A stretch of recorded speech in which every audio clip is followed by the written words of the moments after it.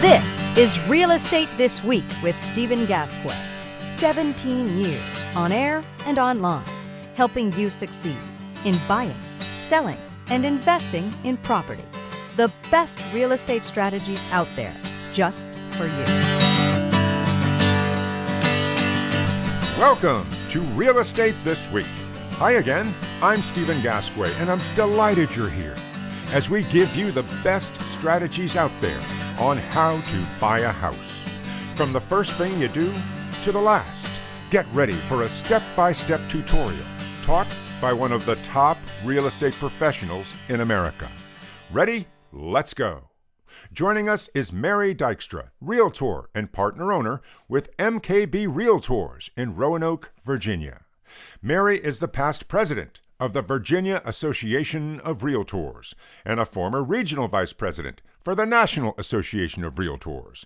And last year, Mary served as NAR's liaison for law and policy. Mary, welcome to Real Estate This Week. Stephen, I am so happy to be here with you today. Mary, I'm delighted you're with us. And now tell me, how's business in Virginia? Stephen, oh boy, that's like asking somebody how the weather is, depending where you are. That's a good point. Business here is picking up, as I always tell my clients. It seems that every year the market turns, meaning it starts to get a little activity behind it right after the Super Bowl. I don't know whether everybody's sitting waiting for their team to win or what commercials are the best, but we start to see a little loosening up. Now, the Winter Olympics might have changed that a bit. People might have still been sort of cocooning, and we had, along with most of the East Coast, that horribly cold Arctic blast that kept us in homes for weeks, and that certainly is an impact on a real estate market. I see. And yes, I got about 18 inches of snow where I am too, and so it's fair to say that real estate either stopped or slowed down in a lot of areas. But now that the thaw has begun, and we're just a few weeks away from the beginning of the spring market of 2026, let me ask you, is this a good time to buy a house? All in all, the best time to buy a house is when you're financially prepared, you are working with a good real estate professional, and you're financially able, and you're ready to own a house where you're going to put the memories of your life inside four walls. That's the best time to buy a house. And I see. And I notice, Mary, that you're not saying wait for interest rates to be XYZ. You're not saying wait for prices to be XYZ. You're saying it's about your life. That's exactly what it is. And you determine that path to home ownership by the decisions you're making. So that is exactly right. And, you know, if you're trying to follow the gyrations of interest rates or housing supply, you'll make yourself a little crazy. I look at this year as kind of like, you know, the gift you get at Christmas time that makes noise when you shake the box, but you're not sure what's in it. That's kind of what this is like, because every time you open your feed, you're going to see rates are up, rates are down, this is happening, this is happening. And to interpret that and then make a decision based on things that are happening with national trends for your market just doesn't work. So you definitely look at what you need for your life right now and then make sure those pieces are in place. And Mary, based on all your years of experience, if I wanted to buy a house in 2026, and that was my goal, and I came to you and I said, Mary, I really want this, what would be your first words of advice to me? We'd probably go to the lender of your choice, or my recommendation if you don't have a lender, and sit down and look at your ability to go forward. There's almost no reason to look at a house until you know you can really buy it financially. So get that part in order so that you can then come to the fun part, which is looking at houses. So that's where we would start, Stephen. That's a good start, because that lender can not only pre-approve you for a mortgage, That lender can also tell you some really crucial information, which is how much house you can afford. Absolutely.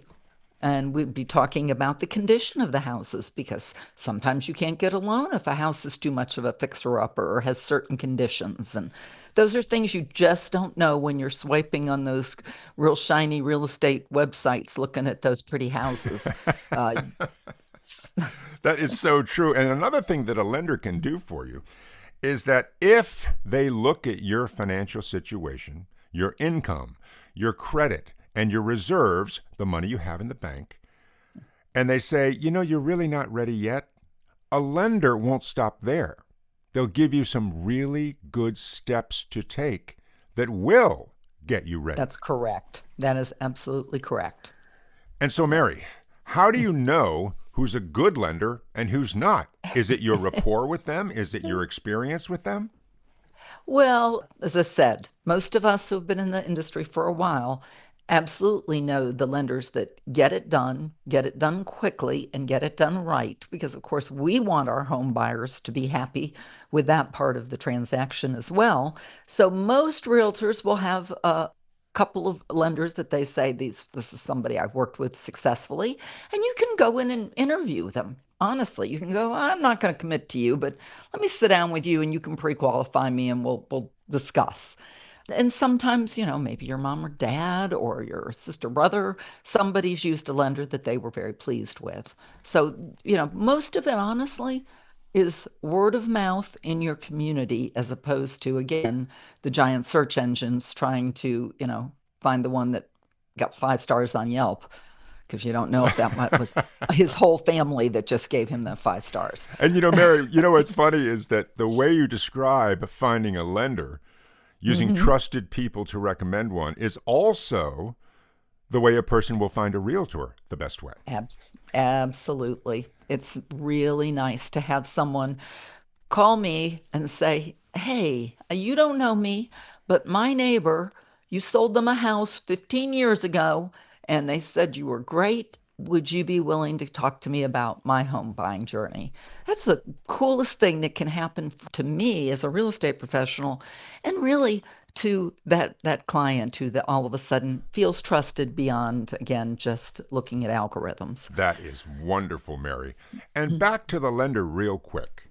Now, if you have that appointment with the lender and they go through all your financials, will you leave that appointment with a pre-approval letter, or does that only come later when you've actually found a house?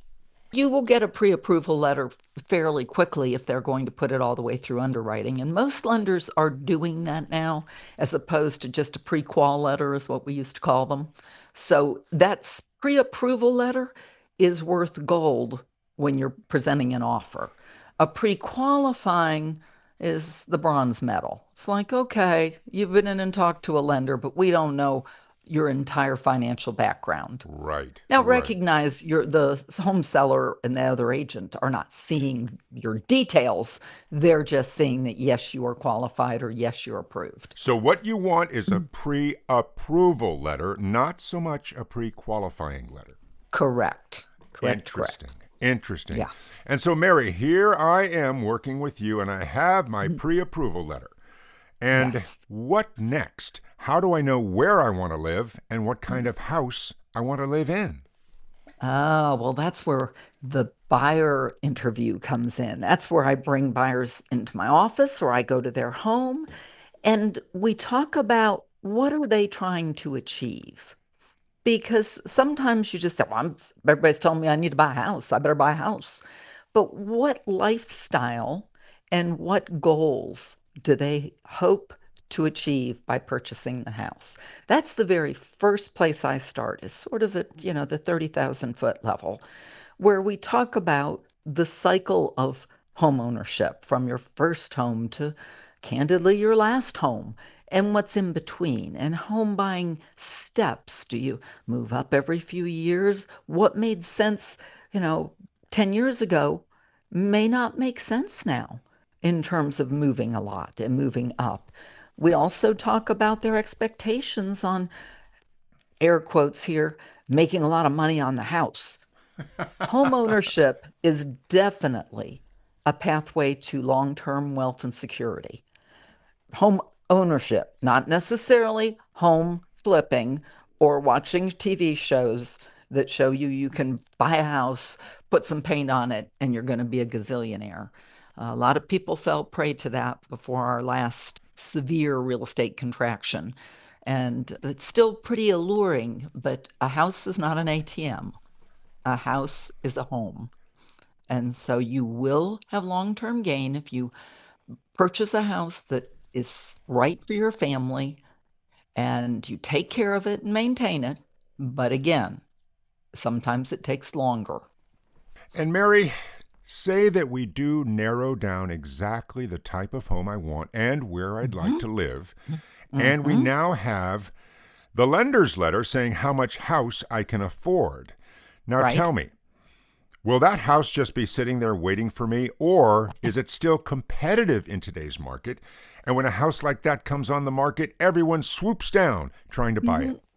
Again, that's that old local weather forecast. It's different in markets, and different markets are having different experiences with that. In my particular market, we are seeing very fewer competitive biddings than we did. Sometimes it's in certain price ranges, but our inventory is starting to get a little more robust. So there are houses coming onto the market, and it does definitely feel like it's shifting away. Now, if something comes on that's super cute, where everybody wants to live close to walk to the coffee shop, that kind of situation, and is priced at market or below, yes, you'll see some competing, but it is nothing like what we'll call the COVID boom. Nothing like it. And so with that in mind, Mary, is speed not as important as it used to be? I mean, in the old days, people had to put in their offer within hours, not days. Yes. What about now? Yes. Somewhere between hours and days, but you should have enough time to know what you're doing, which was the problem when there were, literally cars lined up with agents and clients waiting to get into the house, one after another after another. You don't even know what you've looked at. It's almost like, putting a blindfold on and going to an auction. And that is not what the market is now. And you know what, Stephen? Here's a secret. There's a lot of great houses out there. If you lose that one, you'll get over it. You'll find the right one. So make good choices. That's wonderful, Mary. As I used to tell my clients back when I was a realtor, your house is out there. It's definitely out there. We just have to find it. Yep. Yep. That is true. And so, Mary, another question about that. If we want to make sure that if we do find the right house and it is the right price, that we get it, what would be in the offer? What would you consider to be a winning offer? Well, let's compare and contrast. Again, we'll call it the COVID boom. What we had were no inspections, quick closing, and a cash sale. And that's not happening quite as much, thankfully, because inspections are valuable. And buyers were literally giving the shirt off their back by not covering themselves, by not getting inspections. So we are seeing home inspections back in play. So you can ask for some inspections. Your realtor will guide you as to what's typical in your market and how much that costs. But I see those in contracts all the time now. Not all cash anymore. Cash sales are kind of pulling back a bit. People are back to getting loans. So we're going to call this a market normalization, not a market, oh. The market is still good. We're just historically getting normalized. Is that a technical term? A market? Oh. Yes, it is. That's my different. Boy, that was not fun times. It sounds fun, but as an agent, you're showing people 10, 15 houses, and every one of them they lose out on. Right. And I promise you, if they buy number 16, it wasn't their favorite. Oh, man. Yeah. And back in those days, I remember the sellers had all the power. What the That's seller correct. said is what the seller got. How about now? Yes. Not so much. Not so much. I'm seeing that almost in terms of days on market, et cetera, we're going into a much more balanced market. And yes, there are houses that are still selling quickly. Very few in hours, though, like prior, but still selling quickly. But, if you've got a house that's been on the market 30 days, you have a seller who's going to be very interested in your offer. Good, good. And Mary, Yes. speaking of that offer, do I have to come in above list price in today's market or not so much? Not in my market, not so much. We're seeing most of the closeds are in the 97% of list price range. I So see. coming off about 3%, and that's average. I see. And sellers are okay with that. Well, I don't know whether they are, but they're going to be if they want to sell their houses. They should be. That is actually a much more normal market. And Mary, what about that new rule that said sellers have the opportunity, if they wish, to just not pay the buyer's agent? Now, they never had to, but usually they did. What's happening now? Well, each market is sort of getting an equalization on that and how that works. It really, honestly, Stephen, has been just an education of buyers, sellers, and agents. Because you're right, there was never a this has to be, whether it was what number the commission was or who was paying it. It was always negotiable. But I do often compare it to most professions. If you come to my town and try and find a dentist and ask them how much their initial visit is, there tends to be standardization, not enforceable, not because of anything, but that's just sort of how our world works, even with gas stations. Right. There might be one that's 3 cents more, but this guy down the street's doing 2 cents less. It is just the way the world works. So, to your point, we are seeing negotiation on who pays commission. The reason sellers typically were paying it is sellers had equity and they were able to bring that cash to compensate the buyer's agent because the buyer was bringing their down payment and closing costs. And if you really looked at the money historically, it kind of balanced out. But that's why it was sort of something that people were accustomed to. But it is negotiable. And so far, it is not impacting our market in a negative way. And I don't think impacting sellers nor buyers in a negative way. Oh, that's good. And now, Mary, tell us about that wonderful moment that you either text or call your client and say your offer was accepted. Oh, that's always so fun. It's really such a fun thing to do. People are happy because they've had a chance to know what they're buying, to go back to that. Before it was just, man, I won. What did I win? They Right. don't, can we go look at the house again? That was the first thing they asked because they couldn't even, really spend the time that they needed to know what they were buying, and they hadn't been there for an inspection or anything else. And I will tell you, Stephen, that during that time, buyers were afraid to exercise any walkaway clauses. We are seeing buyers being more thoughtful on home inspection repairs, negotiations on that kind of thing.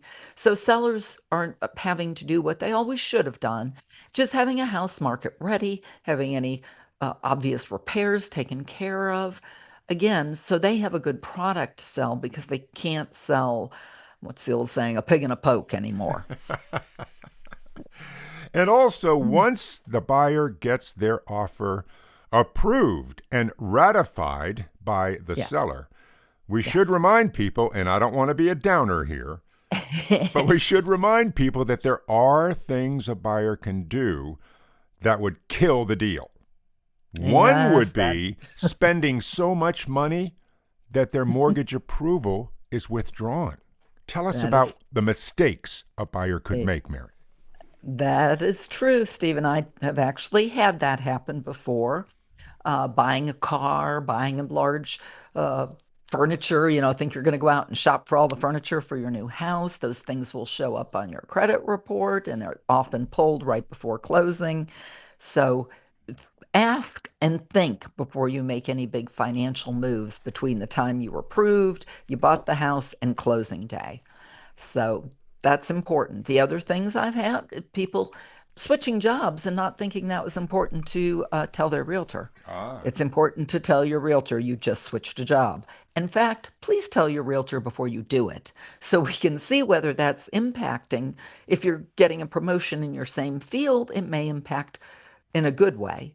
If you are deciding that you're going to quit being a school teacher and you are now a crossing guard, that might impact your qualifying in a less positive way. Right. So don't make those big moves. Make those big moves before you go in to talk to the lender, before you buy the house, and after you've moved your furniture in and you own it. Excellent. And Mary, you might remember this old technique that people used back in the day to stop spending on credit cards, which is they'd get a big bowl of water and put their credit card in it and put it in the freezer. Stephen, I've never heard of that. And if they wanted to buy something, they'd have to take it out and let it thaw. And while it was thawing, they'd think it through. And there's an analogy here that when you buy a house, freeze everything financially. That's a good one. And don't let it thaw out until you're in the house. Now, Stephen, we just got to bring this into 2026. Every app that I purchase things on already has my credit card saved in the app, so I can blink and Amazon will sell me something. So yes, and much harder now. Yeah. But it bears mentioning for buyers. Please remember what your finances were like the day you were approved for that mortgage. And try not to change anything. No big purchases, no job changes, nothing. And that will be the best way you'll go all the way to the closing table and sail right through it. Absolutely true. And so, Mary, here we are in 2026, and the spring market is just a few weeks away. Any thoughts on the spring market of 2026? Well, I think it's sort of going to be a choose your own adventure. You know that game where you get to a place and you get to make a decision this way and this way? Get all the information you can, filter it through a real personal, professional realtor who can help you understand what's happening in your local market, because national trends are interesting to watch, but they change and they tweak and they are interpreted differently. You need to know what's happening in the place where you want to buy a house. So start with that and then make good choices for a good lender, for spending enough time looking for houses. You don't need to buy the first thing you look at. And I think it can be a good year for you to buy a house. Again, make those good choices along the way. Excellent. And Mary, going beyond 2026, tell me, all the work involved in buying a house, is it really worth it? Stephen, having a place that will hold your memories, hold your tears and your laughter, and be part of the story of your life is always worth it. Always worth it. So yes, owning your own home is an amazing marker of your life. And I wish it for so many people. And you have to work to get there, but it is a doable thing. Well, Mary, I can't tell you how much I've enjoyed today's conversation. You are just so clear and inspirational in everything you say. And I really want to thank you for joining us on the show today and explaining to people what to do if they want to buy a house. Thank you, Mary. Thank you, Stephen. Always my pleasure. Mine too. Mary Dykstra, Realtor and partner owner with MKB Realtors in Roanoke, Virginia.